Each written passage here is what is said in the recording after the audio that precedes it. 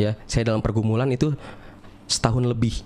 Itu waktu yang cukup lama yang membuat saya kebimbangan atau di keraguan-raguan, ya. Jadi saya saat itu di rumah atau di luar saya sebagai seorang muslim gitu loh. Di hari biasa saya sebagai seorang muslim, saya mengikuti aturan-aturannya, saya juga sholat. Tapi pada saat hari Minggu saya ibadah ke gereja. Jadi saya sempat mengalami pergumulan di mana saya sholat iya, tapi ke gereja juga iya.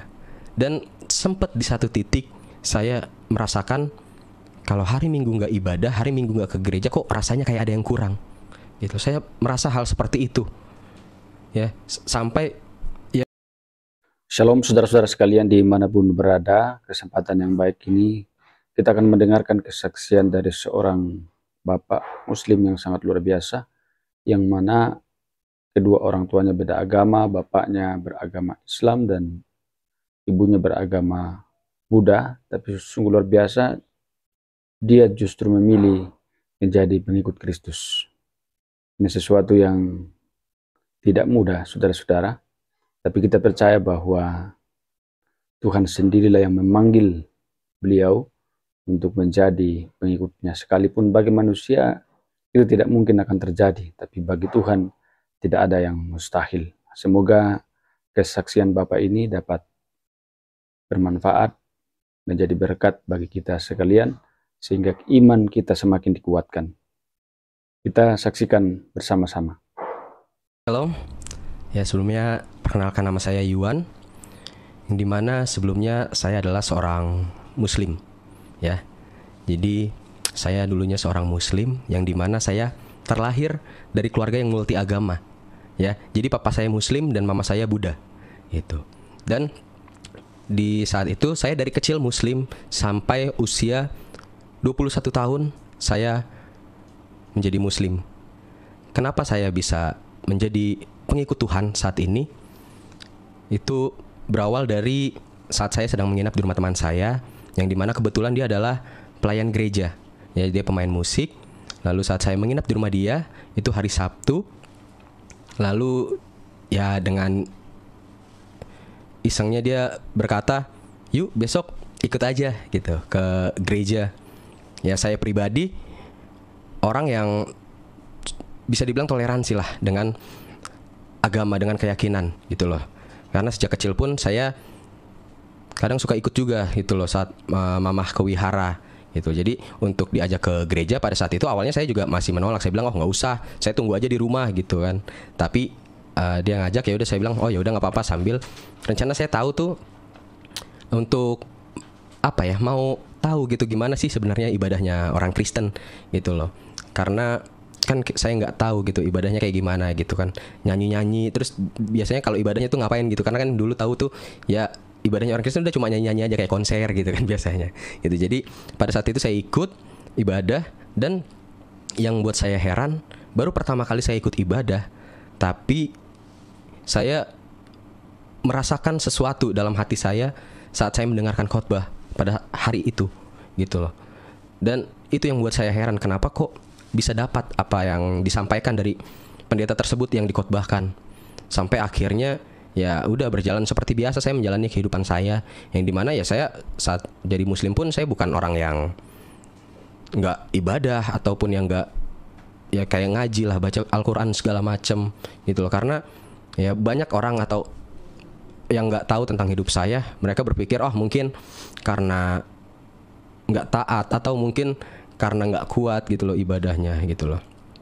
Dan ya padahal saya sholat rajin 5 waktu, terus ngaji, terus ya sholat sunnah, puasa sunnah gitu loh. Dan masih banyak hal yang lain, ya. Jadi buat mereka yang nggak tahu ya nggak apa-apa gitu. Jadi hanya mereka yang sekedar cuma lihat saya nggak tahu, ya biarkan gitu. Saya justru nggak benci atau kecewa juga dengan mereka yang menghujat saya sampai saat ini. Justru saya merasa senang jujur, karena saya nggak ada ngerasa dendam atau kecewa atau benci sama mereka, karena saya berpikir mereka nggak tahu apa-apa tentang saya yang jalanin hidup saya yang mengalami gitu loh. Dan singkat ceritanya, jadi saya mengalami kehidupan itu sekitar setahun lebih gitu. Saya dalam pergumulan, ya, saya dalam pergumulan itu setahun lebih. Itu waktu yang cukup lama yang membuat saya kebimbangan atau di keraguan-raguan ya. Jadi saya saat itu di rumah atau di luar saya sebagai seorang muslim gitu loh. Di hari biasa saya sebagai seorang muslim, saya mengikuti aturan-aturannya, saya juga sholat. Tapi pada saat hari Minggu saya ibadah ke gereja. Jadi saya sempat mengalami pergumulan di mana saya sholat iya, tapi ke gereja juga iya. Dan sempat di satu titik saya merasakan kalau hari Minggu nggak ibadah, hari Minggu nggak ke gereja, kok rasanya kayak ada yang kurang gitu. Saya merasa hal seperti itu ya, sampai ya saya beribadah saat ini, puji Tuhan, dari awal sampai sekarang saya masih ada di satu gereja di daerah Kelapa Gading ya, yang dimana rumah saya itu ya ada di luar planet ya, jauh dari Jakarta. Tapi ya itu, saat saya merasakan hari Minggu kok kalau nggak gereja, kalau nggak ibadah ada yang kurang ya, saya bela-belain gitu loh untuk datang jauh-jauh untuk ikut beribadah ya. Sampai akhirnya saya pernah merasakan saat sedang praise and worship ya, saat sedang pujian penyembahan, tiba-tiba air mata saya keluar, air mata saya netes. Saya nggak tahu itu kenapa, tapi saat saya tahan air mata itu justru makin netes, makin kejar lagi nangis saya. Saya terheran-heran kok bisa ya, cuma dari kita nyanyi, dari lagu, dari pujian penyembahan, saya ngeluarin air mata. Di situ saya benar-benar merasa tersentuh pada saat itu. Dan ya saya baru sadar bahwa sekarang emang pujian penyembahan itu luar biasa untuk kita semua ya. Jadi pada saat itu saya merasa terheran-heran, dan saya masih mengalami kehidupan saya masih seperti biasa gitu.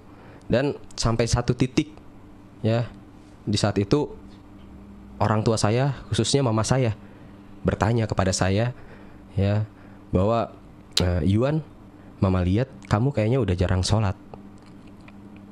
Terus mama saya bilang, mama gak apa-apa, kamu mau pindah keyakinan, kamu mau pilih keyakinan apa, mama gak apa-apa. Yang penting saat kamu pilih keyakinan itu, saat kamu pindah, kamu fokus dan kamu taat sama keyakinan itu gitu. Dan di saat itu saya belum bilang kalau saya sudah sering ke gereja ya. Dan ada di satu momen bahwa saya mendapat mimpi ya, dimana mimpi itu jiwa saya itu seperti di antara Muslim dan Kristen. Dan setelah saya mendapat mimpi itu, saya diberi sakit pada saat itu. Saya sakit kurang lebih sekitar 2 mingguan saya sakit ya. Saya benar-benar di rumah aja, saya dirawat. Saya sakit pada saat itu, yang dimana orang biasanya kalau sakit tipes itu paginya sehat, siang sehat, malam atau sorenya itu dia meriang lah, demam. Tapi saya kebalikannya, sore malam saya sehat, saya biasa aja. Tapi saat pagi hari, siang hari saya demam. Itu saya alamin selama 2 minggu ya. Dan pada saat itu, setelah saya mengalami hal itu, lalu saya mendapat sembuh. Nggak lama dari situ tiba-tiba ada benjolan di leher saya, di sebelah kiri ya. Saya terdapat benjolan, leher saya nggak bisa nengok. Saya alamin itu selama 3 hari. Awal saya berpikir mungkin biasa aja gitu loh, nanti juga sembuh. Tapi selama 3 hari saya nggak bisa nengok gitu. Dan benjolannya ya lumayan gitu loh rasanya. Sehingga akhirnya saya putuskanlah untuk check up pada saat itu ya. Akhirnya saya check up, dan di saat itu saya divonis oleh dokter bahwa saya kelenjar getah bening dan harus melakukan operasi.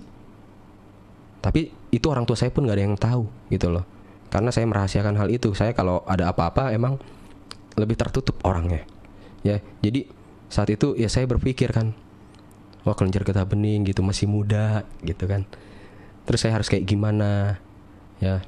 Dan akhirnya ya kebetulan pendeta di gereja atau koko rohani pada saat itu nelfon saya, hubungin, tanya, "Yuk, kok nggak pernah datang? Kenapa?" Saya bilang, "Iya, kok saya lagi sakit gitu loh, saya sakit ini." Saya cerita ke dia.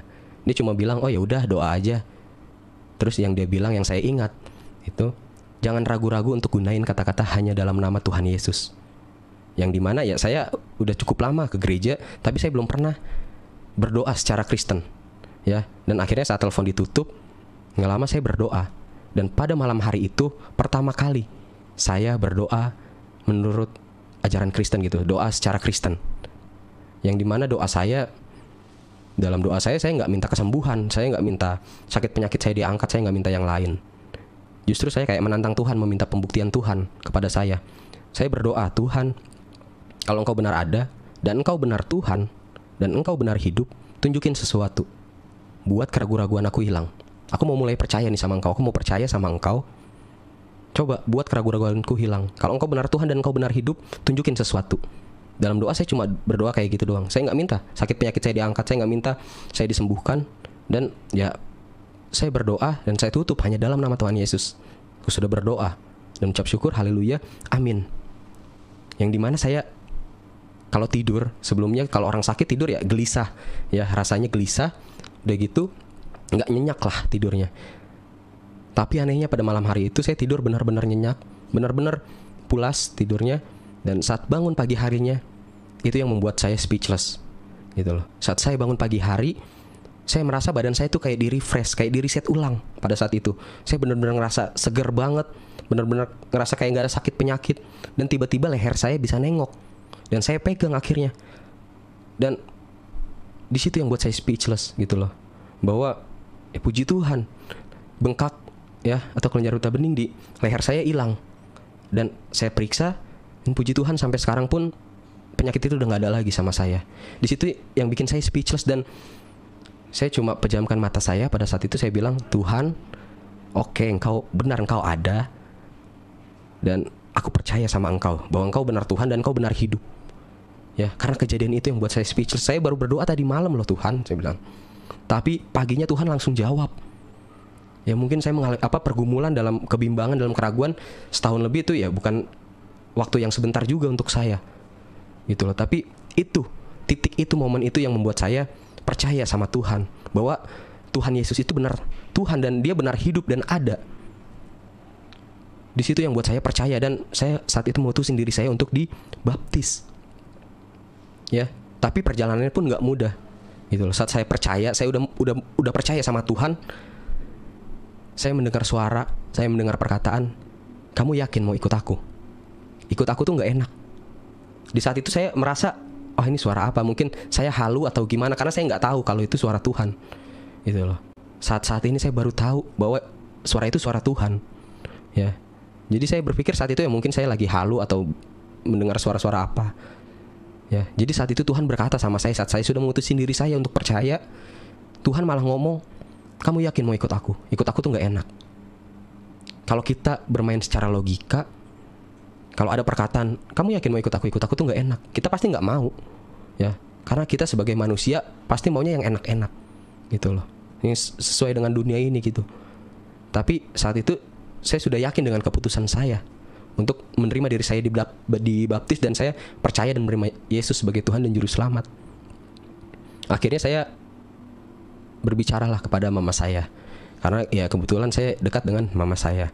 Jadi saya berbicara kepada mama saya bilang bahwa saya mau dibaptis. Mah, Yuan mau dibaptis.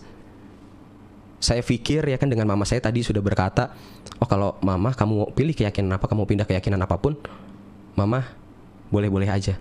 Tapi nggak semudah itu ternyata. Mama saya juga sempat kecewa saat bilang kayak gitu. Saya bilang saya mau dibaptis. Dia bilang, kamu jangan ikut-ikutan teman kamu, atau kamu jangan karena baru sebentar belum tahu apa-apa, tahu-tahu mau dibaptis. Saya bilang, Yuan sebenarnya udah setahun lebih gitu loh, udah sering ibadah. Dan saya ceritain apa yang saya alamin tadi tentang sakit penyakit saya dan disembuhkan. Saya mendapatkan suatu mukjizat dari Tuhan.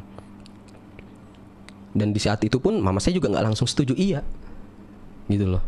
Mama saya bilang, ya mama sih jujur kecewa nggak kecewa. Kecewanya kamu pindah kenapa nggak ikut mama pada saat itu. Yang dimana ya tadi saya bilang mama saya adalah seorang Buddha.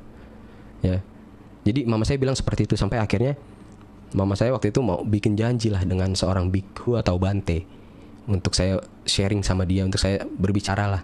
Mungkin maksud mama saya ya biar saya lebih milih-milih lagi lah pada saat itu. Tapi saat itu saya bilang sama mama saya, Mah, Yuan pindah keyakinan bukan karena seseorang, tapi karena hati Yuan. Kalau Yuan memang hatinya ada di Buddha, dari kecil Yuan udah sering ikut mama, tapi hati Yuan gak di situ.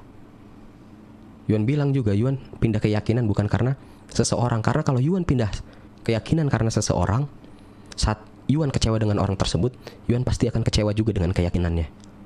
Ya, tapi ini benar-benar dari hati Yuan. Ini kemauan Yuan untuk menjadi pengikut Tuhan Yesus.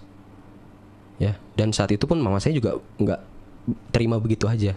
Dan akhirnya ya saya juga memutuskan diri saya untuk segera dibaptis karena saya merasa saya udah lama dalam kebimbangan. Saya nggak bisa harus terus-terusan hidup kayak begini. Saya harus memilih satu, gitu loh.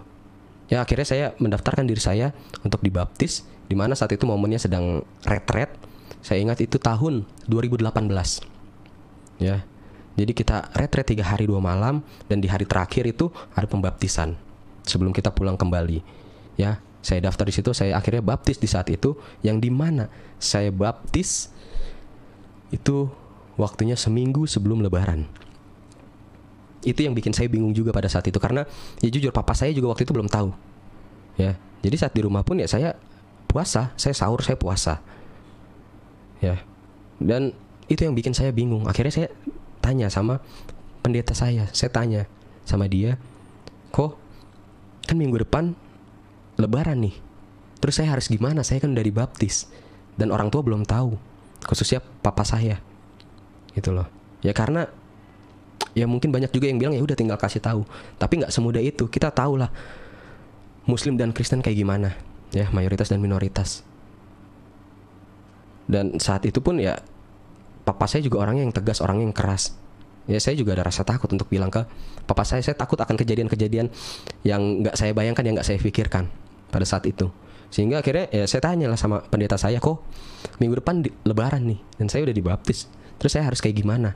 Akhirnya dia bilang, ya udah kamu lakuin aja apa yang biasa kamu lakuin, tapi fokus kamu ke Tuhan. Ya, situ banyak juga yang saat saya cerita seperti ini pun ke orang-orang, banyak juga yang bertanya-tanya atau berkata-kata, kok bisa kayak gitu? Ya karena sebagai seorang Kristen Tuhan gak lihat kita mau beribadah kayak gimana caranya. Ya Tuhan lihat hati kita saat beribadah, fokus kita ke Tuhan. Percuma kita beribadah ikutin tuntunan acara ibadahnya, tapi fokus kita keluar bukan ke Tuhan, gitu loh. Jadi kita beribadah sama Tuhan tuh bisa kapan aja, di mana aja, nggak ada waktunya, nggak ada patokannya. Ya, yang penting fokus kita, hati kita ke Tuhan. Akhirnya ya singkat cerita saat Lebaran, saat Idul Fitri, saya ikutin seperti yang dikatakan pendeta saya ya tetap ikut beribadah waktu itu ke masjid, ikut sholat Idul Fitri. Tapi saya hanya ikut gerakannya aja, ya. Tapi fokus saya ke Tuhan. Pada saat itu saya fokus ke Tuhan, gitu loh. Ya, dan kita tahu abis Idul Fitri dekat dari situ Idul Adha. Wah itu saya bingung lagi, saya harus kayak gimana, ya. Dan akhirnya di saat itu ya namanya anak muda ya kan, mencari akal. Akhirnya saya nginep di rumah teman saya, gitu. Saya nginep di rumah teman saya. Besokannya pas Idul Adha saya pulang siang. Ya saya bilang sama orang tua saya ketiduran di rumah temen, gitu, ya. Padahal saya sengaja untuk menghindari itu karena saya bingung, gitu loh. Saya sebagai seorang yang baru mengikuti Tuhan, saya bingung harus bertindak seperti apa. Saya nggak tahu aturan yang harus saya perbuat, walaupun ya mungkin kita beribadah kayak gimana pun bisa, fokus kita ke Tuhan, tapi nggak mungkin saya melakukan itu terus-terusan, gitu. Ya, jadi akhirnya itu yang saya lakukan. Dan akhirnya berjalan hari, berjalan bulan, papa saya akhirnya ngomong sama saya, yang dimana sebenarnya hubungan saya sama papa itu kurang dekat lah. Saya ada akar kepahitan dengan papa saya. Dan saat itu papa saya bilang sama saya pagi-pagi, Yohan, papa mau ngomong 4 mata. Di situ saya langsung berdoa, gitu loh. Karena saya tahu kalau saya ngomong sama papa saya, itu pasti kita ribut. Kita benar-benar ya ribut, benar-benar gondok-gondokan, gitu loh.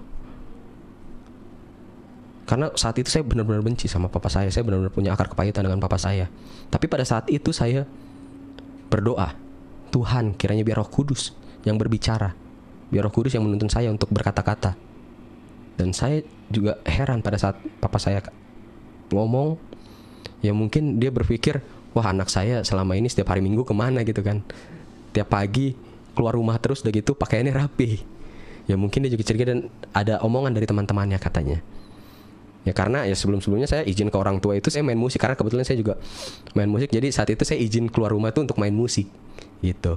Ya dan nggak salah juga di gereja saya main musik. Ya jadi pada saat itu ya papa saya tanya seperti itu, ya kamu selama ini setiap hari Minggu kemana? Saya cuma diam. Pokoknya saat papa saya bertanya, saat papa saya ngomong-ngomong panjang lebar tuh, saya benar-benar cuma yang diam gitu aja. Itu saya juga heran kenapa saya bisa diam kayak gitu. Biasanya saya pasti ngotot, saya pasti nyolot kalau ngomong sama papa saya. Tapi saya cuma ngeluarin satu kata-kata, satu kalimat. Ya, Pah, karena Tuhan Yesus dan karena Yuan ikut Tuhan Yesus, Yuan percaya sama Tuhan Yesus, Yuan bisa maafin papa, Yuan bisa terima papa sebagai papa Yuan lagi. Gitu loh. Karena jujur dalam saat saya mau dibaptis, saya ambil keputusan itu dan saya ambil keputusan besar juga, di mana saya harus melepaskan maaf saya kepada papa saya saat saya sudah menerima diri saya dibaptis. Ya, jadi pada saat itu saya cuma keluar kata-kata seperti itu sama papa saya. Pah, karena Yuan terima Tuhan Yesus, Yuan maafin papa dan Yuan bisa terima papa ini sebagai papa Yuan lagi. Dan saat itu ya papa saya juga nggak terima begitu aja. Dia mau panggilin kiai, dia mau panggilin ustadz untuk saya sharing sama mereka. Ya, bahkan bukan hanya itu, saya mau dikirim ke pesantren pada saat itu. Saya mau diantar ke pesantren pada saat itu. Tapi saya bilang enggak, Pak. Yuan udah yakin dengan pilihan Yuan. Ya, dan saat itu besoknya papa saya juga ngomong lagi, kamu udah yakin dengan apa yang kamu pilih? Kalau kamu udah yakin dengan keputusan kamu dan dengan apa yang kamu pilih, ya udah. Tapi papa udah gak mau tahu tentang kamu lagi. Dan keluarga papa pun saat tahu kamu udah pindah nanti, mereka pasti juga akan berbeda dengan kamu. Yang dimana saya tinggal itu kiri kanan itu keluarga dari papa gitu loh. Dan ya benar aja gitu loh. Jadi papa saya ngasih tahu adik-adiknya, kasih tahu tante-tante saya.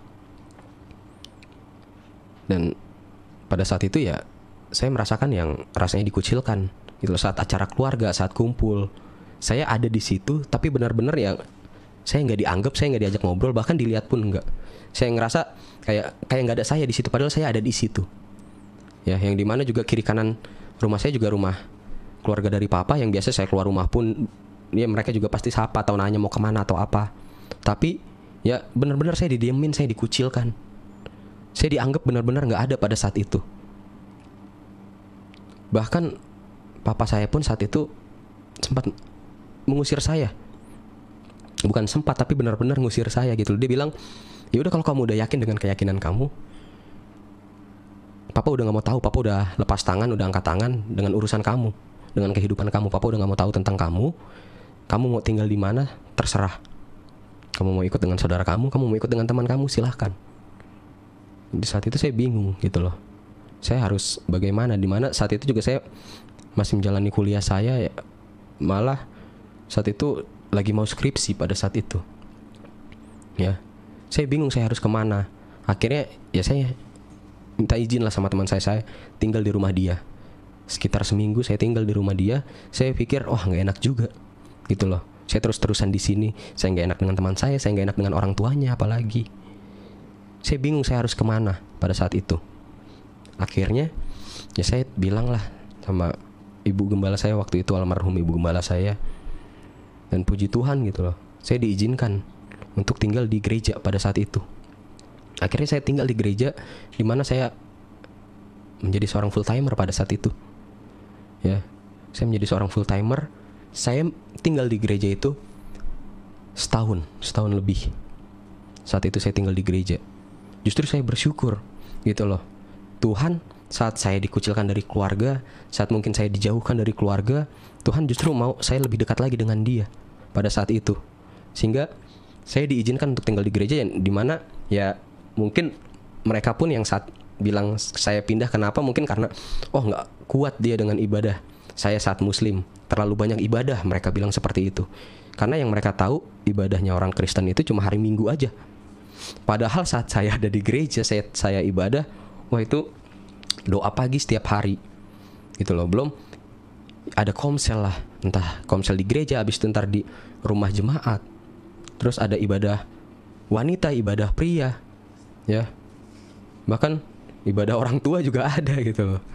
Terus ibadah pemuda, terus ibadah umum.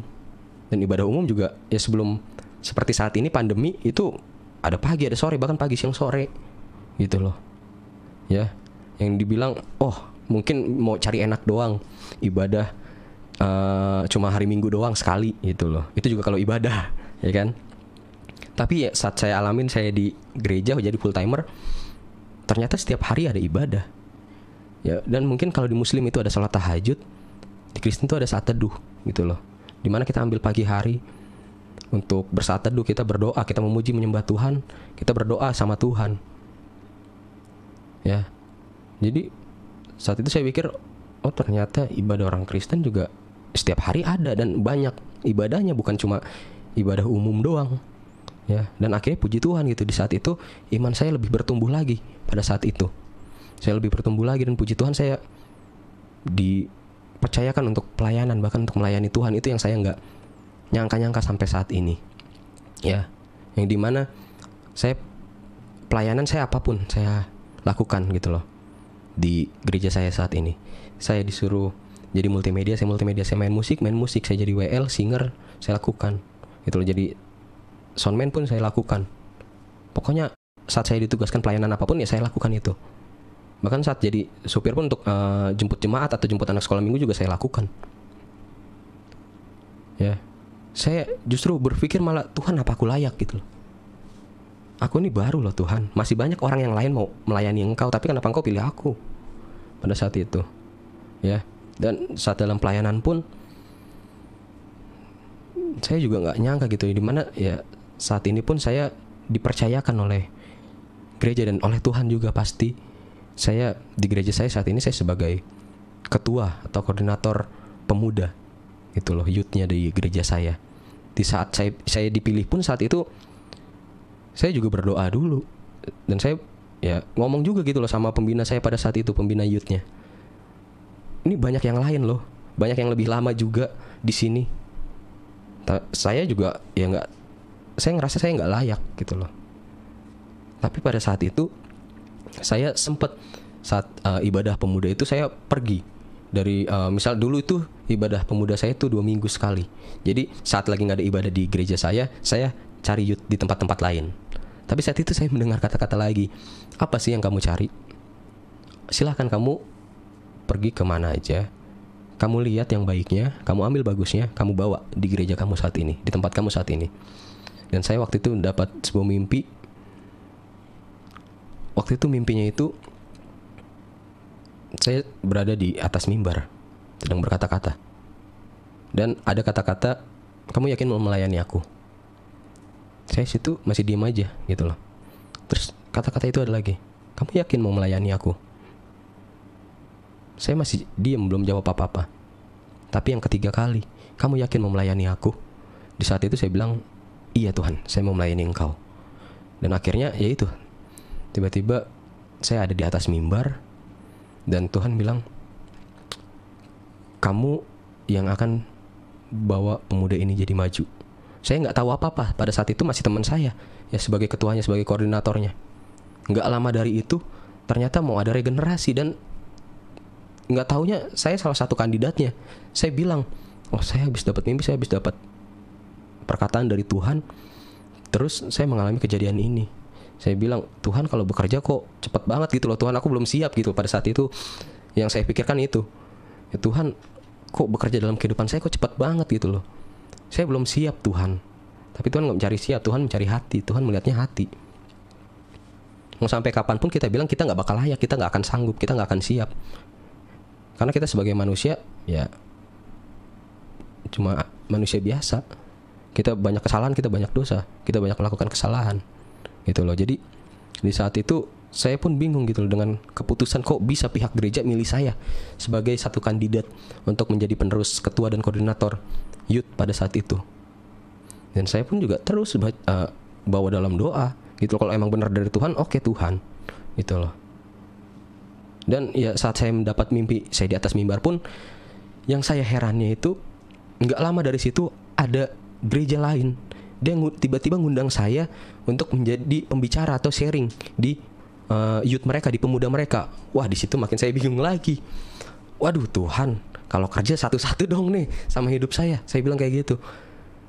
Udah saya masih bingung, saya dipilih jadi kandidat ketua pemuda, ini ada lagi nih, saya tiba-tiba dihubungin untuk sharing di pemudanya. Di saat itu ya saya sharing paling ya cuma di gereja doang, doa pagi lah, ibadah biasa gitu loh. atau di pemuda saya. Ini di tempat lain, di gereja lain, saya belum pernah Tuhan. Saya takut salah gitu loh. Saya takut malah jadi batu sandungan buat saya. Akhirnya ya saya bilang lah sama teman saya itu yang undang saya bilang, oh yaudah saya bawa dulu dalam doa ya. Akhirnya saya berdoa sama Tuhan, dan ternyata tanggal yang saat itu dia tentukan itu bentrok dengan kegiatan ada event acara di gereja saya. Oh, saat itu saya berpikir, oh mungkin belum waktunya nih. Wah, saya udah ngerasa tenang tuh saat itu. Tapi saat saya kabarin, ternyata tanggal segini nggak bisa, ada acara di gereja. Dan ternyata saya berpikir, oh mungkin nggak jadi. Tapi dia pikir, oh ya udah kalau gitu atur waktu lagi aja. Waduh, saya bilang kayak gitu kan. Dia bilang kayak gitu, oh ya udah atur waktu lagi aja. Kok bisanya kapan? Kata dia kayak gitu. Wah, akhirnya saya lihat jadwal saya. Oh, saya bisa tanggal segini. Terus akhirnya dia bilang, oh ya udah tanggal segini ya kok ya. Dan akhirnya saya bawa dalam doa ya sampai dia mengusahakan seperti itu. Saya bilang kalau bukan dari Tuhan, pasti ya udah itu dibiarkan berlalu. Tapi kalau benar dari Tuhan, mau kita ngelak cara apapun, Tuhan tetap lakukannya ke situ, gitu loh. Mau kita cara bagaimanapun, mau ngelak, mau menghindar, ya kalau emang itu dari Tuhan, Tuhan bawa kita ke situ, gitu loh. Dan ya singkat cerita, saat saya sudah lama tinggal di gereja, saya merasa oh udah cukup nih, gitu loh. Saya tinggal di sini, saya harus balik lagi ke rumah. Pada saat itu saya harus balik lagi ke rumah. Saya mempunyai pemikiran, jangan sampai saat saya terima Tuhan, saya percaya Tuhan, nama Tuhan yang jadi jelek di mata orang lain. Jangan sampai keluarga saya berpikir, tuh lihat, karena Yuan pindah keyakinan, karena Yuan ikut Tuhan Yesus, dia jadi jauh sama keluarga, dia jadi gak dekat sama keluarga, dia gak kenal sama keluarga. Akhirnya saya yang memutuskan diri saya untuk kembali ke rumah. Pada saat itu saya kembali ke rumah, yang dimana saya berharap biar nama Tuhan gak jelek, gitu loh. Jangan sampai saya mengikuti Tuhan, nama Tuhan yang dijelek-jelekin. Akhirnya saya memutuskan diri saya untuk kembali ke rumah pada saat itu, yang dimana ya saya akhirnya yang merendahkan diri saya, gitu loh. Saya memulainya, ya saya yang mendekatkan diri saya kembali dengan papa saya, dengan keluarga saya. Ya saya mendekatkan kembali diri saya merendahkan diri saya berada dalam apa ya, benar-benar merendahkan diri pada saat itu. Saya menurunkan ego saya. Ya saya memulai percakapan yang awalnya ya masih dicuekin, masih dianggap gak ada. Tapi saya memulai terus setiap hari dengan keluarga saya, dengan saudara-saudara dari keluarga papa saya. Ya, yang sampai akhirnya ya mereka masih mendiamin saya, gitu loh. Tapi ya saya tetap berbuat baik aja pada mereka. Saya tunjukin buah saya tunjukin kebaikan saya kepada mereka. Jangan sampai jadi batu sandungan buat saya. Saya melakukan kesalahan, bisa-bisa langsung ya dianggap salah, gitu loh. Jadi saya melakukan kebaikan aja. Saat mereka minta tolong, saat mereka minta butuh bantuan, saya langsung tolong, saya langsung bantuin. Dan ya mungkin mereka juga berpikir, oh kok Yuan berubah, atau apalah, saya gak tahu pemikiran mereka. Sampai akhirnya saya juga berdoa terus sama Tuhan, gitu loh, untuk keluarga saya, untuk saudara-saudara saya. Dan puji Tuhannya, ya saat ini pun saya sudah tinggal di rumah. Saya sudah tinggal dengan keluarga saya pun dengan keluarga dari papa juga sudah dekat, sudah ya berjalan seperti kehidupan dulu, sudah seperti biasa, gitu loh. Jadi ya udah saling ngobrol, saling ya udah saling bercengkrama lah. Ya sudah dekat, sudah kembali seperti dulu. Tapi mungkin orang berpikir, oh udah kembali, udah seperti dulu, oh papahnya udah nerima, oh kok gampang ya nerima. Padahal kenyataannya gak seperti itu, gitu loh. Saat saya diterima pun papa saya bilang, hubungan kamu sama papa udah bukan orang tua dan anak lagi, tapi hubungan kita cuma hubungan sosial. Kamu mau tinggal di rumah ini silahkan, enggak juga gak apa-apa, gitu loh. Tapi kita udah gak ada hubungan orang tua dan anak. Ya, hubungan kita cuma sebagai hubungan sosial. Kamu mau tinggal di sini ya silahkan, gitu loh. Tapi ya saya merasa ya dia papa saya, gitu loh. Mau dia berpikiran kayak gimana, yang penting ya saya berlaku dia papa saya. Mau dia berpikiran seperti apa, dia mau berkata-kata seperti apa, saya gak masalah. Saya sudah diterima dengan keluarga lagi pun itu udah, saya puji Tuhan banget, bersyukur sama Tuhan, gitu loh. Saya bisa kembali lagi bersama dengan keluarga saya, ya saya bermaksud untuk melihat kebaikan saya, gitu loh, kebaikan Tuhan yang ada dalam kehidupan saya, di keluarga saya, ya bisa dibilang biar saya menjadi terang dalam kehidupan saya, dalam keluarga saya. Ya. Jadi ya saya pun saat ini walaupun tinggal di rumah pun udah seperti biasa, seperti keluarga. Tapi ya itu, papa saya menganggap saya udah bukan anaknya lagi. Saya cuma ya hubungan saya cuma sebagai sebatas sosial, kamu mau tinggal di sini ya udah nggak apa-apa, tapi silahkan. Gitu loh. Jadi itu yang saya alamin gitu loh saat saya mengikut Tuhan, dan saat saya mengingat lagi apa yang Tuhan bilang, saat saya mau percaya sama Dia bahwa ikut aku tuh nggak enak. Ya ini yang saya alamin. Karena ya sebenarnya di Alkitab pun ya kita udah baca lah kisah para rasul, kisah para rasul, kisah para nabi, ya kan. Bahkan Tuhan Yesus pun sendiri, dia saat dalam menjalani kehidupannya dia nggak enak gitu loh. Apalagi kita, jangankan kita deh, cuma ya saya mungkin saat itu merasa dikucilkan, diusir dari rumah, itu udah suatu hal yang luar biasa gitu dalam kehidupan saya. Ya, tapi saya dengar cerita, ataupun ya bukan dengar cerita deh, kita lihat Tuhan Yesus sendiri deh, bagaimana Dia mengalami penderitaan yang luar biasa untuk kita.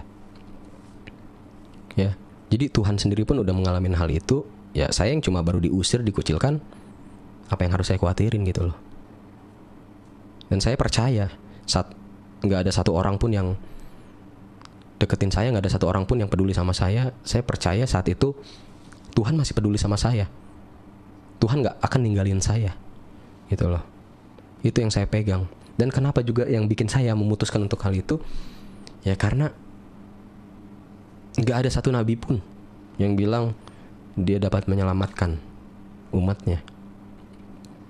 Tapi Yesus sendiri yang berkata, akulah jalan dan kebenaran dan hidup.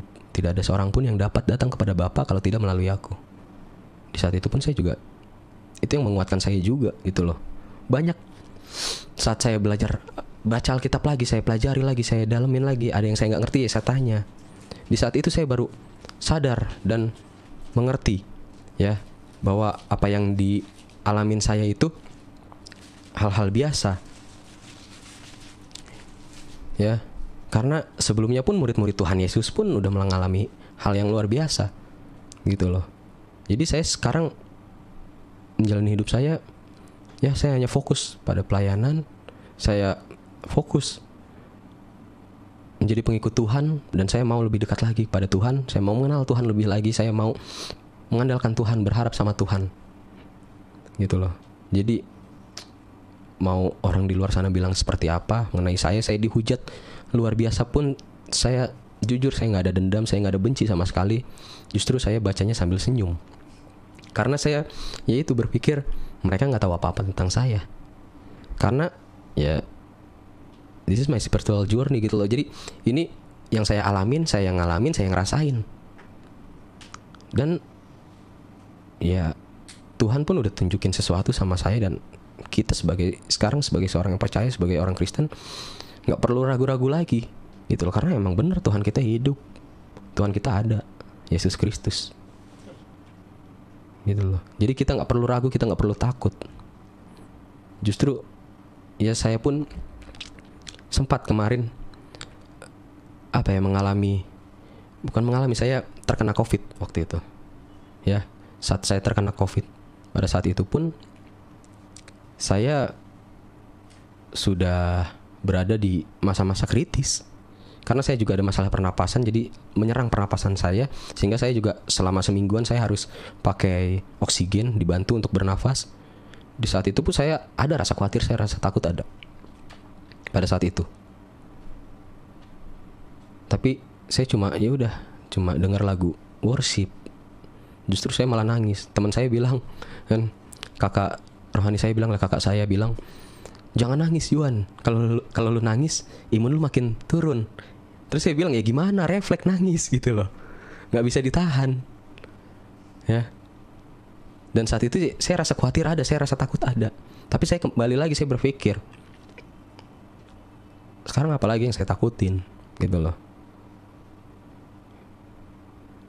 Ya hidup saya udah bagi Kristus, dan mati pun sebuah keuntungan buat saya. Karena saya percaya saat ini, saya percaya dan yakin bahwa saya sudah diselamatkan, saya sudah pasti masuk surga. Karena itu yang Tuhan Yesus janjikan, itu yang Tuhan janjikan, dan firman-Nya dia ya dan amin. Itu yang saya percaya. Akhirnya saya berdoa pada saat itu, saya berserah sama Tuhan. Ya udah Tuhan, kalau emang ini udah waktunya, ya udah nggak apa-apa, silahkan Tuhan. Tuhan mau panggil saya. Tapi kalau Tuhan kasih saya kesembuhan dan pemulihan, saya percaya Tuhan masih beracara dalam kehidupan saya, dan Tuhan masih ada rencana dan acara di kehidupan saya untuk memuliakan nama Tuhan lebih lagi. Dan puji Tuhan gitu loh. Emang kekuatan doa itu juga luar biasa.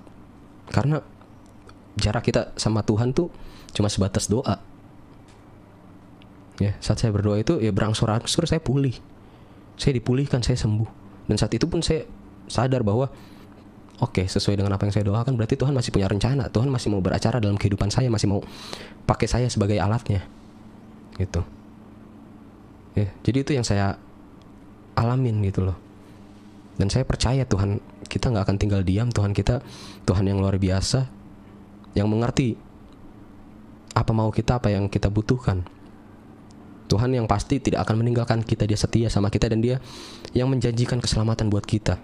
Dulu saya berpikir bahwa melakukan kebaikan, beramal, sedekah, ya untuk diselamatkan gitu loh. Saat saya sadar arti Tuhan, saya mengenal Tuhan lebih dekat lagi, ternyata itu semua sia-sia. Kebaikan, sedekah, amal, apapun itu nggak membawa kita keselamatan. Yang membawa kita ke keselamatan itu saat iman percaya kita kepada Tuhan, bahwa Yesus sebagai Tuhan dan Juru Selamat.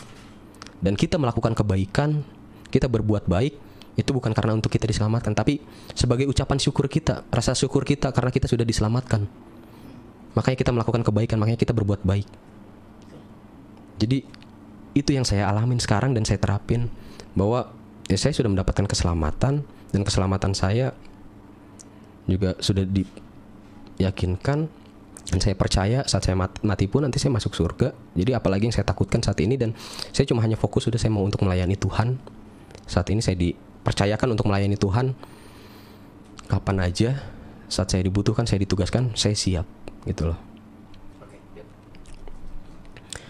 Oke teman-teman, mungkin buat kalian yang saat ini masih ya mengalami hal yang sama seperti saya, seperti dulu, saat ya mungkin yang sedang mengalami kebimbangan, mengalami keraguan-raguan, atau mengalami hal yang sulit lah dalam pergumulan, saya tergerak untuk berdoa untuk kita semua, untuk kalian yang menonton juga mungkin, untuk kalian yang mau kita berdoa bersama-sama.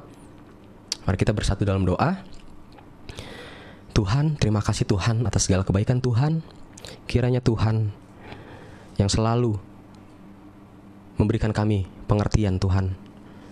Kami bersyukur bahwa sampai saat ini pun Tuhan masih memberikan kami nafas kehidupan. Itu bukan karena kuat gagah kami, tapi semua karena kebaikan Tuhan, karena anugerah Tuhan, bahkan karena kasih karunia Tuhan yang ada buat kami. Tuhan, mungkin aku juga mau berdoa untuk teman-teman yang mungkin sedang melihat dan menonton Tuhan pada saat ini, yang mereka sedang mengalami pergumulan, mereka sedang berada dalam kebimbangan, mereka sedang berada dalam keraguan-raguan. Kiranya Tuhan yang memberi kemampuan, Tuhan yang memberikan kekuatan, Tuhan yang selalu akan memberikan mereka petunjuk-petunjuk-Mu Tuhan. Karena kami percaya saat kami berserah, kami mengangkat tangan kami, Tuhan yang akan bekerja dalam kehidupan kami. Engkau sendiri yang akan menunjukkan kepada kami apa yang harus kami lakukan, apa yang harus kami perbuat. Kiranya Roh Kudus juga yang akan memberikan kami kekuatan untuk terus berjalan bersama dengan Engkau sampai akhir. Karena kami percaya janji-Mu ya dan amin. Kau yang sudah memberi kami keselamatan. Tuhan, Kau Allah yang luar biasa, Kau Allah yang baik. Tidak ada Allah yang seperti Engkau Tuhan. Tidak ada yang dapat seperti-Mu. Kami percaya saat ini, detik ini, mungkin yang kami masih meragukan Engkau, kami masih mempunyai keraguan-raguan, kami masih tidak percaya. Saat ini, detik ini Tuhan, kiranya agar mereka juga mungkin dapat membuka ruang hatinya untuk mengundang Engkau sebagai Tuhan dan Juru Selamat. Karena hanya Engkau lah jalan dan kebenaran dan hidup. Hanya Engkau Tuhan yang dapat menyelamatkan kami. Karena kami hanya manusia berdosa. Kami manusia yang penuh dengan dosa dan kesalahan. Kami manusia yang tidak layak untuk berada dalam sorga. Tapi saat kami percaya dan menerima Engkau, Kau sudah menyediakan surga bagi kami. Kau menyediakan tempat bagi kami. Maka itu Tuhan, mulai saat ini, detik ini, kami membuka hati kami mengundang Engkau dan mau percaya dan menerima Engkau sebagai Tuhan dan Juru Selamat.